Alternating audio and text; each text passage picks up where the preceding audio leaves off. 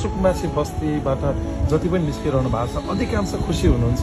अब हामी भूमिहीनहरूले चाहिँ जग्गा पाउने भयो भनेर खुसी हुनुहुन्छ। एउटा कुरा चाहिँ सरकारप्रति नागरिकको विश्वास भयो भने यस्तो वातावरण बन्छ।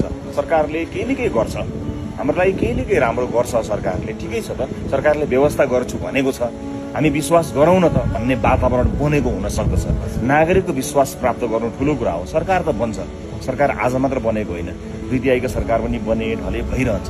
तर जनताको विश्वास भएको सरकार भयो भने नागरिकले पनि कोअपरेट गर्नुहुन्छ, नागरिक पनि सँगसँगै हामी पनि छौँ साथमा भन्नुहुन्छ। अलिकति दुःख त हुन्छ, किनभने परिवर्तनको यो संहारमा, यो ट्रान्जिसनमा चाहिँ काहीँ न काहीँ कतै न कतै अलिकति दुःख त सबैलाई हुन्छ।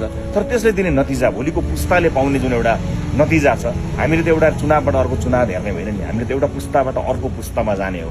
अब आउने पुस्ताले हामीले भोगेको जस्तो पीडा समस्याहरू भोग्न नपरोस् भन्नको लागि काम गर्दा तपाईँ हाम्रो पुस्ताले थोरै समस्याको सामना गर्नुपर्छ। तर यसलाई नियमित प्रक्रिया हो भनेर मानिदियो भने भोलिका लागि, भविष्यका लागि राम्रो हुन्छ। जस्तो मेरो अर्को एउटा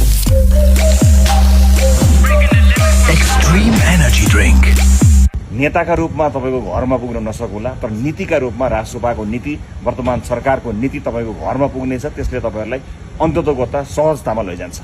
नीति निर्माण लगायतका भेटघाट यी धेरै यावत अन्तर्राष्ट्रिय सम्बन्ध धेरै कुराहरूमा छ जुन सार्वजनिक जीवनमा नदेखिने कामहरू पनि हुन्छन्, ब्याक एन्डमा गर्ने कामहरू पनि हुन्छन्। पार्टीका विभिन्न महाधिवेशनमा